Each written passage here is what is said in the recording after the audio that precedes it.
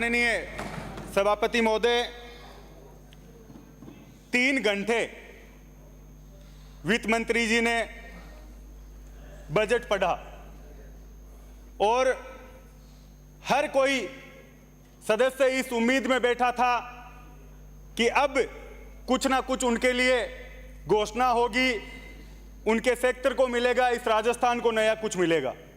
लेकिन माननीय सभापति महोदय, जिस तरह से भाजपा की सरकारें हमेशा करती आई है, पैसा है नहीं और बजट किस तरह से गुमराह राजस्थान की जनता को करें।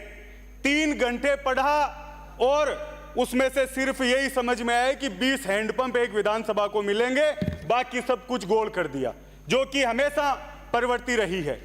और पहली वित्त मंत्री बजट पढ़ रही थी और जैसा इससे पहले सदस्यों ने कहा, इनकी यशस्वी पूर्व मुख्यमंत्री, पहली महिला मुख्यमंत्री इस राजस्थान की, जिनका डरी जबान से कुछ सदस्य नाम ले रहे थे, वो सदन में मौजूद नहीं थी। सभापति महोदय, इससे बुरा कुछ हो नहीं सकता।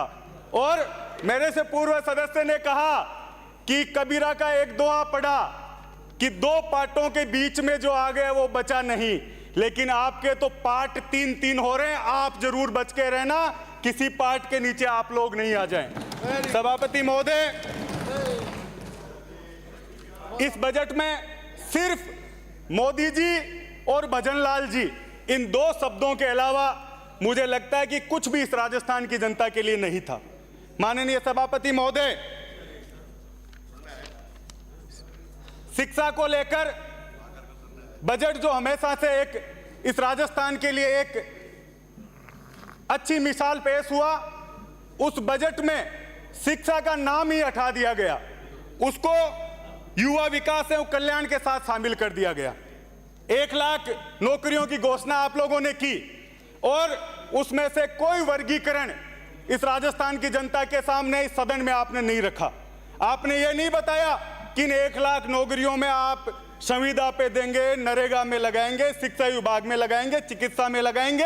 ये उसी तरीके की घोषणा है जैसी मोदी जी ने 15 लाख रुपए की घोषणा लोगों के लिए की थी।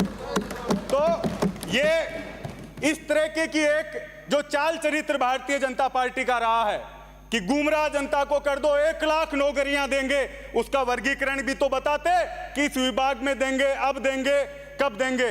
और सभापति महोदय, आपके माध्यम से मैं इस राजस्थान की जनता के लिए एक भीख मांगना चाहूंगा कि ऐसे शिक्षा मंत्री जो कैसे बयान बनने के बाद उनके आ रहे हैं, कभी कह रहे हैं उल्टा लटका दूंगा, कभी डीएनए टेस्ट करा रहे हैं, कभी किसी के पिताजी का पता मांग रहे हैं और अकबर का नाना कौन था, ऐसे शब्द आने के बाद उन्होंने आप राजस्थान की जनता के सामने रखे हैं। इस राजस्थान की जनता का, इन बच्चों के भविष्य को आप सुरक्षित करें। एक अलग डिपार्टमेंट आप मदन दिलावर जी के लिए बना दें ताकि वो बयान देते रहें और आप उनका पक्ष लेते रहें। जिस तरीके से आदिवासियों के लिए उनके शब्द थे, माननीय सभापति महोदय, इससे पहले कोई भी शिक्षा मंत्री इस तरीके के बयान नहीं देखे गया। आपने आ रहा हूं और सभापति महोदय, इससे पहले बयान अभी सदस्य बोल रहे थे और मुख्यमंत्री जी ने भी कहा हमने गैंगस्टर एक्ट बना दिया, टास्क फोर्स बना दी, हमने 100 लोग गिरफ्तार कर लिए। सभापति महोदय, मछलियां पकड़ी अब तक, हम ये कह रहे हैं कि हम भी शामिल है तो गिरफ्तार करो। सिर्फ नारे और भाषणों से जिस वजह से आप लोग सत्ता में आए हो, जो पेपर लीक के मामले में आप लोग मुद्दा बनाकर सत्ता में आए हो, आपने प्रदीप पाराशर को पकड़ा है, लेकिन उसको नौकरी पे, उस जगह ड्यूटी पे देने वाला कौन था?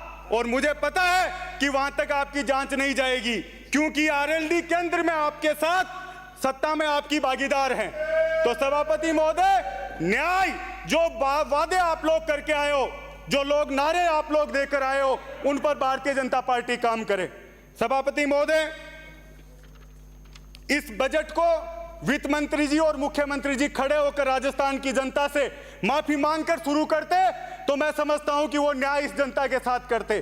50 साल में पहली बार सभापति महोदय, जो बिजली की स्थिति रही 20 घंटे गांव में कटौती और 4 घंटे भी जो बिजली आ रही थी उसमें वोल्टेज नहीं थे। तो जिस तरीके की व्यवस्था आपने दी, बिजली में आप पूर्णतया फेल। किसी सरकार के खिलाफ आंदोलन बनने में साल 2 साल लगते हैं, पहले महीने में लोग आपके खिलाफ आ गए। पानी बिजली को लेकर जो स्थिति आप लोगों की रही, वो राजस्थान की जनता ने आपको लोकसभा में उसका उत्तर दिया। जिन अभी एक सदस्य संविधान को लेकर खड़े हो रहे थे, जो लोग 400 पार का नारा देकर नया संविधान बनाना चाहते थे, सभापति महोदय, मोदी जी के नाम का संविधान बनाना चाहते थे, उन लोगों को अंबेडकर जी की याद आई। यह मैं समझता हूं कि इस जनता ने करके दिखाया। और जो 400 पार नया संविधान जो नारा दे रहे थे सभापति महोदय, उनके कान के पास से निकलिए, केवल पार हुए, 400 पार नहीं हो पाए। और सभापति महोदय, इस देश के किसान को, गरीब को, दलित को, अल्पसंख्यक को, जो इनकी डिक्शनरी में नहीं था भाजपा की में, उसको बार बार याद कर रहे हैं। इस बजट में कम से कम बाबा साहब अंबेडकर का नाम तो लिया दिया कुमारी जी ने। इससे पहले तो आप लोग भूल ही गए थे कि बाबा साहब ने तो संविधान बनाया ही नहीं, मोदी जी ने संविधान बनाया है। तो यह स्थिति सभापति आप लोगों की है। जेजेएम जो योजना है, प्रधानमंत्री जी, हर घर नल। पूरा हो गया आपका समय नहीं हुआ सभापति महोदय, 2 मिनट बच रहे, मैं लगा के पढ़ रहा हूँ आगे। पूरा हो गया, मेरा 2 मिनट बच रहे हैं, 7 मिनट 5 ही मिनट हुए। सभापति महोदय, जो नल हर घर नल की जो योजना आप लेकर आए, उसमें एक भी गांव में आपका पानी नहीं पहुंचा है। श्री उदयलाल डंगी, श्री गोपीचंद मीणा। माननीय सभापति महोदय, मेरे को बजट अंकित नहीं 2024-25 पर बोलने का मौका अवसर दिया, इसके लिए बहुत बहुत धन्यवाद। ऐसे नहीं, सबको 7 मिनट मिल रहे हैं, इसमें कोई वो नहीं कर रहा। मैं सबको 7 मिनट दे रहा हूं, इनको भी और इनको भी। या बोलने वाले 28 है या बोलने वाले 13 है।